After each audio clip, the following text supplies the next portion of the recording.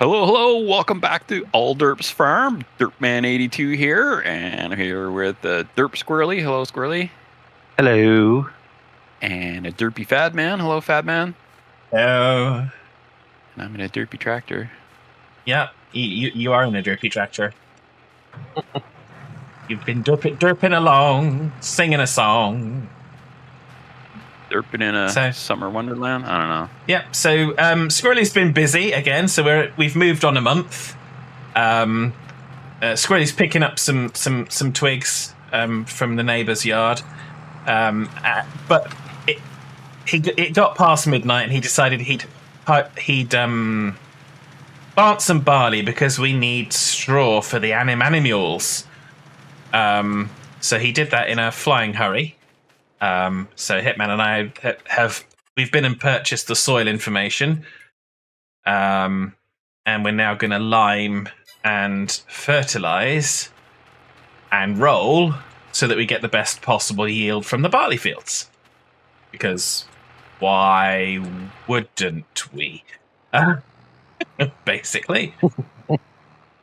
So yeah, so that's what we're up to.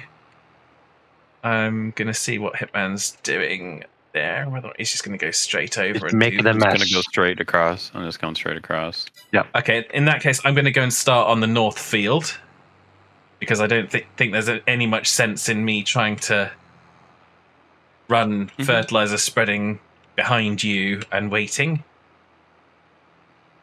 So impatient. Pretty much.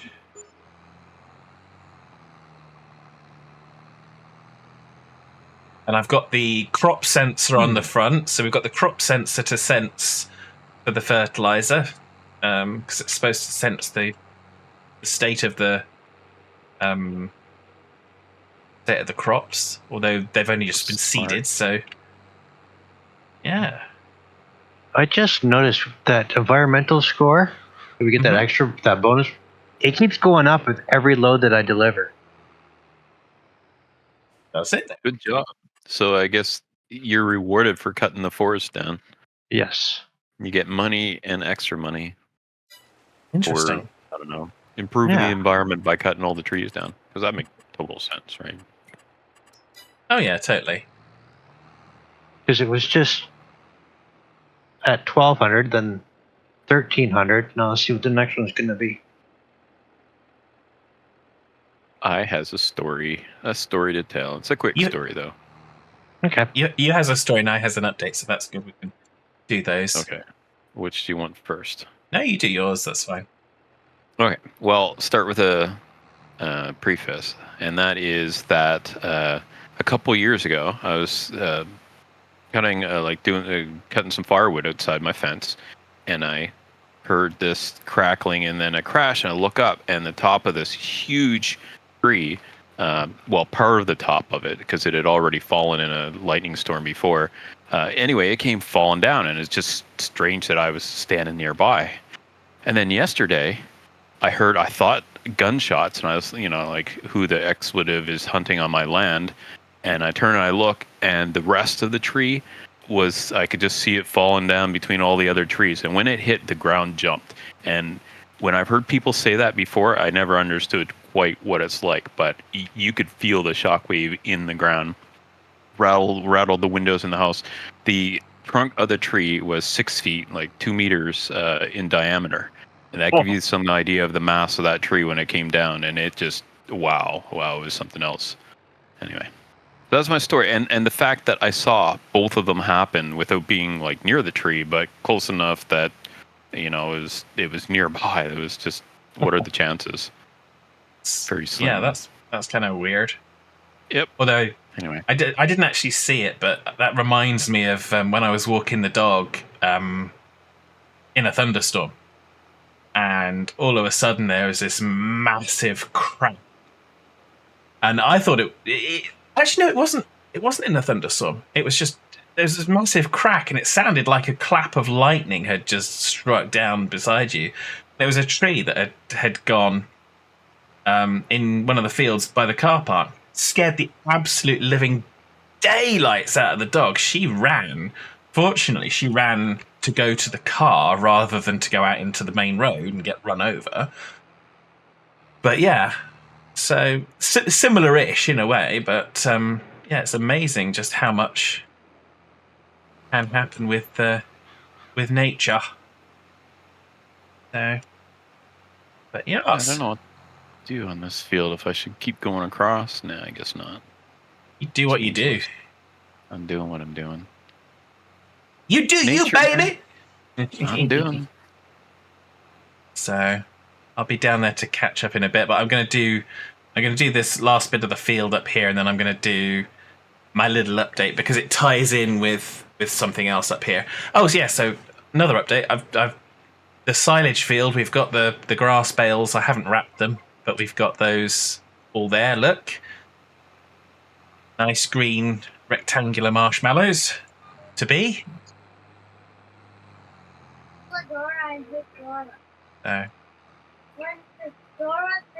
Green marshmallows. Yummy. You can buy green marshmallows. You used to be able to anyway. You buy like Pink several ones? colors in a bag. Yeah. Jumbos. Yellow. Jumbos or minis. Yep. Yeah. Always something. I do love this sprayer though, this John Deere, because it only sprays how much it actually needs to spray. Magic. Yeah, absolutely. It's witchcraft. The fun thing is when you turn the crop sensor on, which is on the front of the tractor, it slows the tractor down even if you're not using the sprayer behind it. So yeah, so if you ever use it like this and you're going slow, it's because you've got the crop sensor turned on. So yeah, so a little bit of an update. We were in the dark last time, so we couldn't see all these beautiful trees. So these are the shagbark hickories. These are the willows. They've also grown up a lot more too. They have. Stone pine. Which is, Spruce. So this is Squirrelly's test field to see what they will look like. Spruce 2. The revenge of something. Birch. The maples don't seem to have come to anything particularly yet. Then the American elms, which, because of the extra limbs, I don't like particularly. And we've got cypress, pagoda dogwood, which are just small annoying things, oak, and pine. Now, I think I'd said about kind of their different ones that came out with platinum, not premium, which is what's recently come out, but platinum. Where we had the ponderosa pine, we had the lodgepole pine, and we had the giant sequoia. Unfortunately, after a little bit of research, I don't think we can integrate those into this.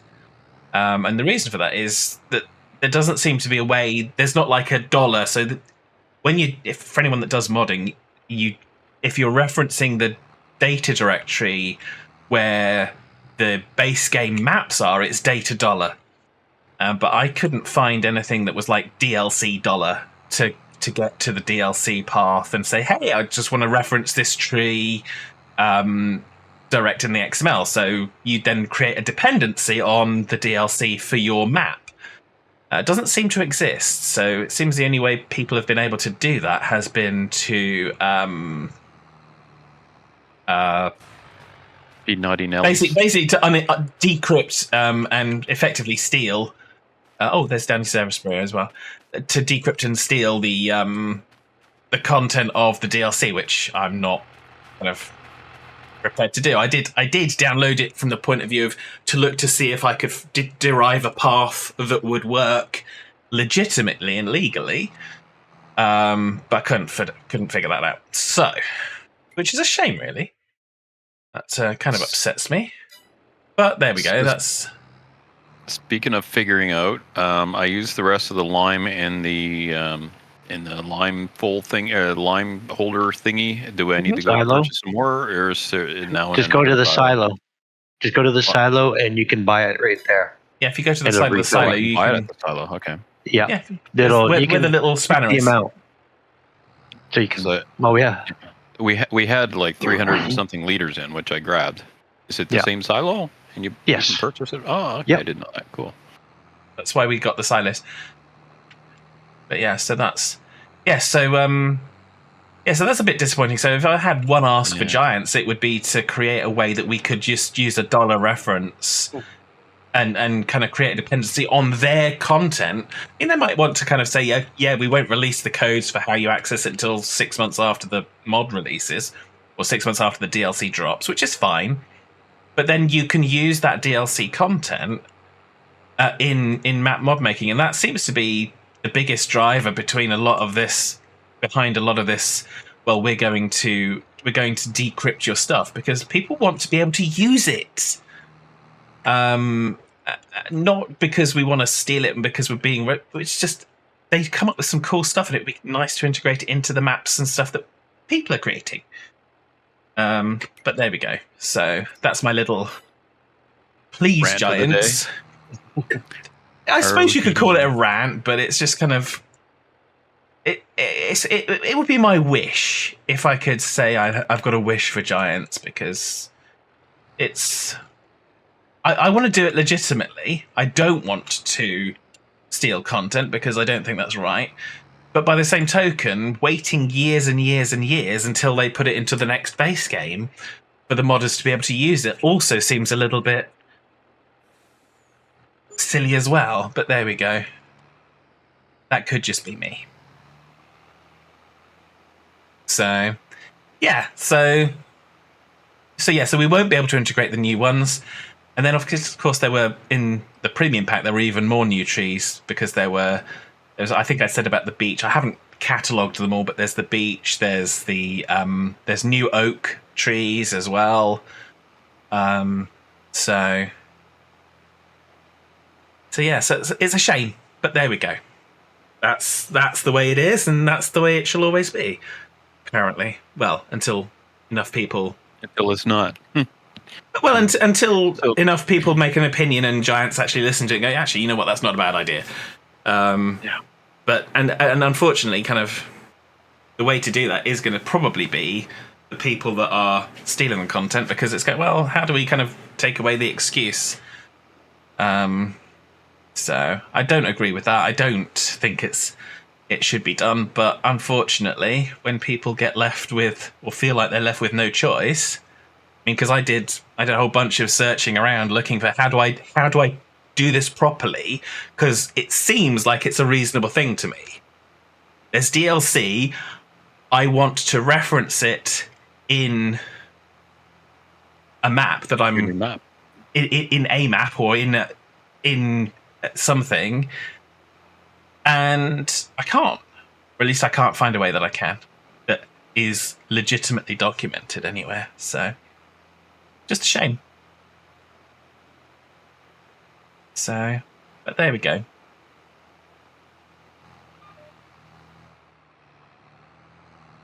Because I'm not one of these. I'm not one of these people that believes in.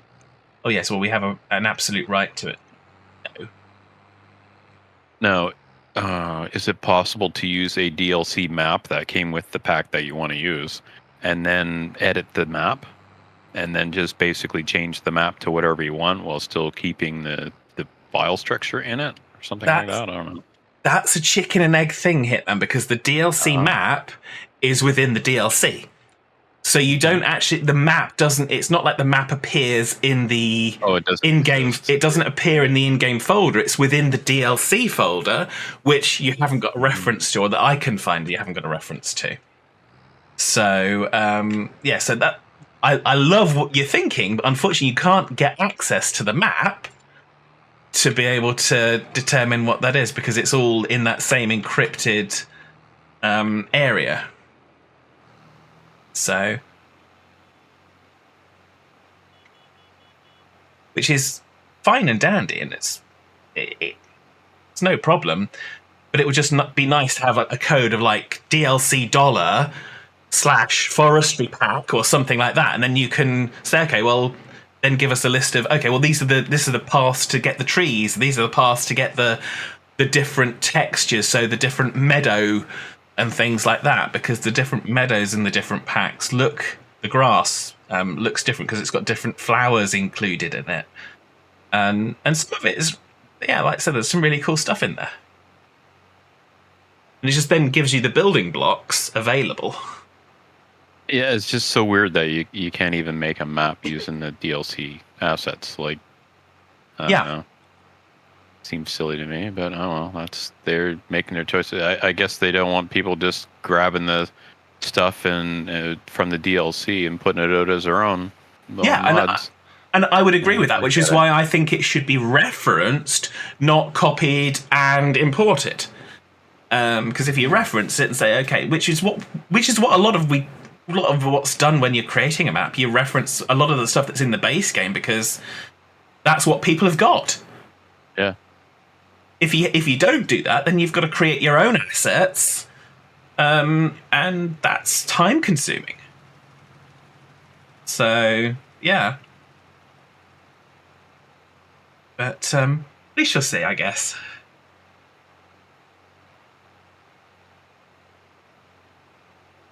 It's only going to be what it's going to be. Yeah, that would be my one wish, is not to kind of open it up, and I don't necessarily want to have access to the content. I would just like to have like a little wiki page or something that gives me a code that I can say, okay, if I want to reference that tree, I just use this path, which is fine. But there we go. Still, if wishes were granted, then yeah. Well, if wishes were granted, we'd all be doing fantastic, wouldn't we? So, but there we go. It's all good. But yeah, so that's what came out of that. I've been working on my farm sim achievements again today, and I've gotten the gone but not forgotten achievement. So I won't necessarily kind of spoil that for anyone that doesn't know what it is, but basically it's the achievement for cotton harvesting. Yeah.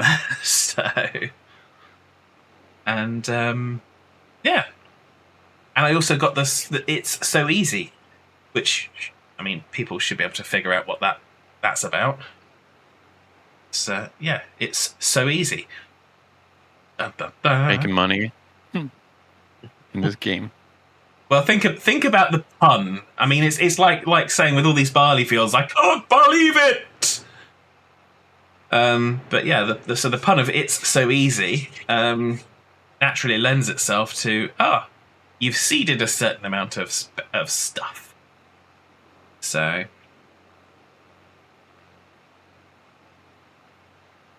yeah, I'm down to, I think it's, I think I've got another 4 achievements left to get. Oh, nice. So, I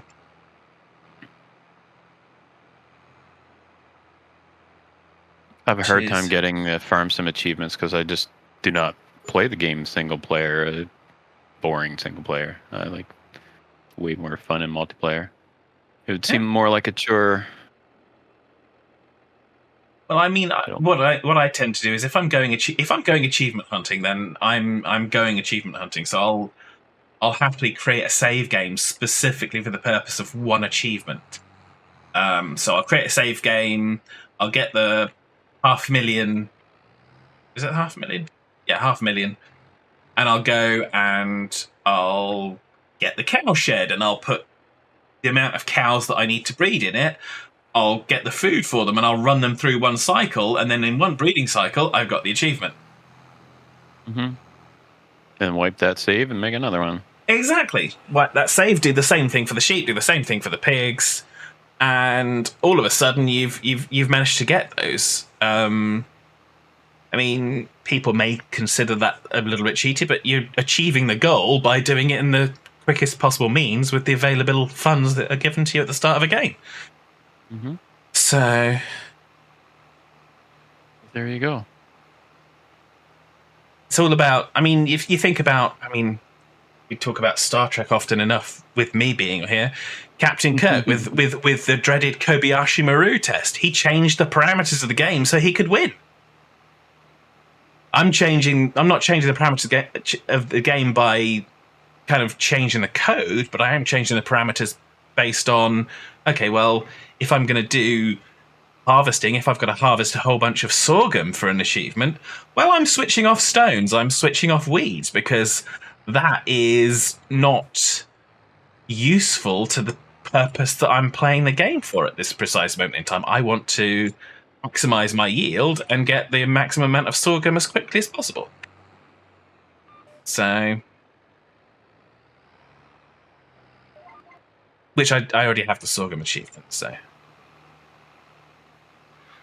The cotton one took some doing, but it was interesting because I went from having like 300,000 in the bank to having 2.1 million.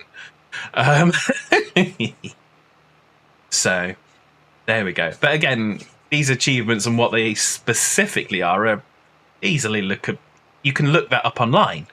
So it says, okay, yeah, you just have to do this. Okay, fantastic. So I can now tailor my game to doing that specific thing. And yeah, rather than having to guess. I don't necessarily want to do it where it tells you, okay, do this exactly, but just give me a hint of, okay, what do I need to have done for the achievement to kick in is useful information, particularly when some of them get obfuscated by, okay, well, we're going to do hidden achievements, and some of the games that have hidden achievements, it's like you'd never, ever figure out how to do some of those unless someone had leaked it and put it in a guide. You have to sell 12 green apples or something like that. Okay, fantastic, wonderful. That wasn't even on my list of things to do, but there we go. But still, speaking of achievements, it's achievement get for the end of the episode. Oh, it's that time already. It is. So for all of you out there, your achievement get is to go and do all the lovely YouTube things, please. If you're enjoying and you're liking what you see, this will have been our premiere episode. So you'll hopefully, if you've been online, you'll have been seeing Hitman, Squirrelly, and I in the chat berating one another. Throwing stones, casting stones at each other. Yeah, absolutely. Yep. We have a great deal of fun with it. So by all means, feel free to come and join us. We love doing that. So yeah, it's almost as much fun as making the video. Oh yeah, definitely. Good stuff. All right. Well, thank you everyone for joining. We will see you next time. Have a good one. Take care, everybody. Bye. Bye.